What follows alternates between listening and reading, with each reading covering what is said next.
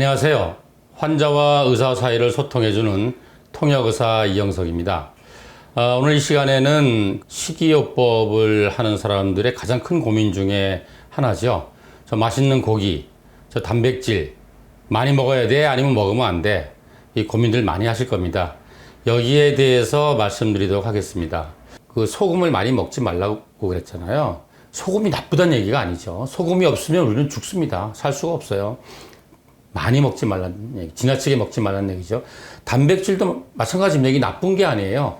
단백질은 우리의 몸의 세포와 조직을 만드는 성분이 되고, 그거를 유지해주고, 그걸 또 성장하게 해주는 굉장히 중요한 영양소죠. 그리고 에너지원으로도 쓰일 수가 있고, 그래서 굉장히 중요하고 꼭 있어야 되는 것이지만, 이 단백질도 소금처럼 필요 이상으로 섭취를 하게 되면 일단 우리 인체가 산성화가 돼요. 그죠? 그리고 그러므로 인해 갖고 신장에, 나중에 말씀드리겠지만 콩팥에 부담을 주게 돼요.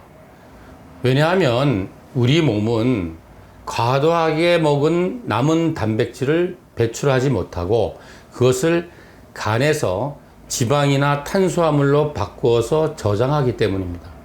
지나치게 먹은 단백질, 그죠? 과하게 먹은 단백질이 우리 몸에 어떻게 해로움을 주느냐에 대해서 알아보겠는데, 우선 단백질의 분자 구조를 보면 거기에 질소가 붙어 있는 부분이 있어요. 그걸 아민이라고 하는데, 이것은 요소로 대사가 되어서 신장을 통해서 배출이 되는데, 요소는 아시다시피 이게 독성 물질이잖아요. 그뿐만 아니라 이게 이뇨제 작용을 하기 때문에 체내에 있는 칼슘을 배출시키게 됩니다. 또한 단백질은 인과 칼슘의 비율이 20대 1로 되어 있어요. 그래서 칼슘의 부족증, 결핍증을 일으키기 때문에 골다공증이라든지 아니면 여러 가지 칼슘이 부족한 대사 질환들을 유발하게 됩니다. 그 다음으로는 이제 단백질을 과하게 먹게 되면은 우리의 세포와 조직에 수분이 빠져나가는 탈수 현상이 일어나게 됩니다.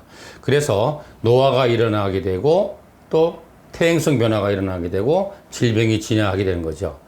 그래서 우리가 보면은 우리 인류가 이제 아버지의 정자와 엄마의 난자가 만나서 이제 태아가 됐을 때에는 거의 다 물이에요. 99%가 물이에요.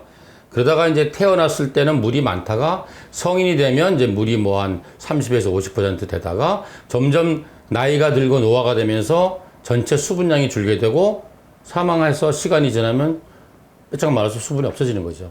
그래서 다시 말하자면 우리가 노화가 된다, 퇴행성 변화가 일어난다는 것은 인체 조직에 수분이 빠져나간다는 얘기예요. 그래서 피부에 수분이 없어지니까 탄력이 떨어지고 쭈글쭈글해지고 주름이 지는 거고, 뭐 허리 디스크도 디스크가 젤리 같은 성분인데 이게 나이가 들면서 수분이 빠져나가면서 딱딱해지니까 깨지게 돼서 디스크가 튀어나온다든지 신경을 눌러서 아프게 되는 거죠.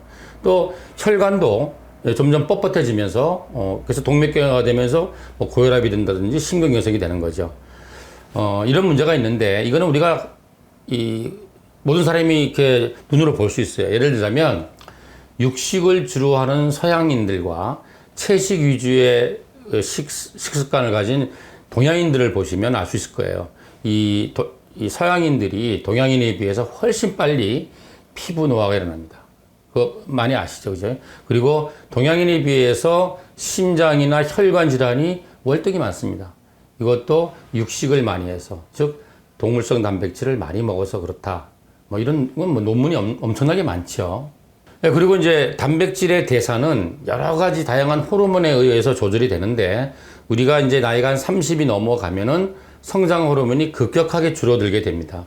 그래서 나이가 들어서는 단백질을 많이 먹는다고 해서 이게 근육이 늘지 않아요. 그래서 이 젊은 사람과 나이 드는 사람이 똑같이 우리가 웨이트링을 해도 이 근육의 벌크가 커지는 게 차이가 나는 것도 이러한 이유입니다.